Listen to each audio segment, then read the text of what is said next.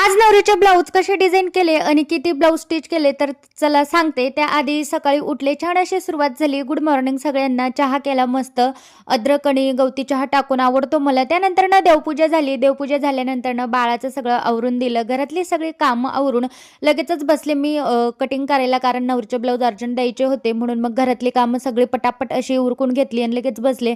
तर हा पॅच आहे ना, रेडीमेड भेटतो आपल्याला आरीवर्क करण्यापेक्षा. तर याला ना अर्धा इंच मार्जिन सोडायची आपल्याला पलटण्यासाठी, आणि पॅच ठेवून गळा आखून घ्यायचा आणि त्याच्या आत अर्धा इंच मार्जिन ठेवून लगेच पलटी करून लगेच वरून आपल्याला पॅच असा लावता येतो.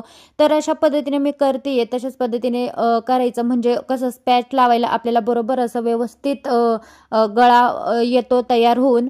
तर असं मी सगळं दाबटीप देऊन देत आहे आता. आणि पुढे बघा तुम्ही, पॅच एकदम व्यवस्थित असा बसलेला आहे, अजिबात मागं पुढं नाही. आणि खूप छान असं ब्लाऊज दिसतं खरंच. आरीवर्क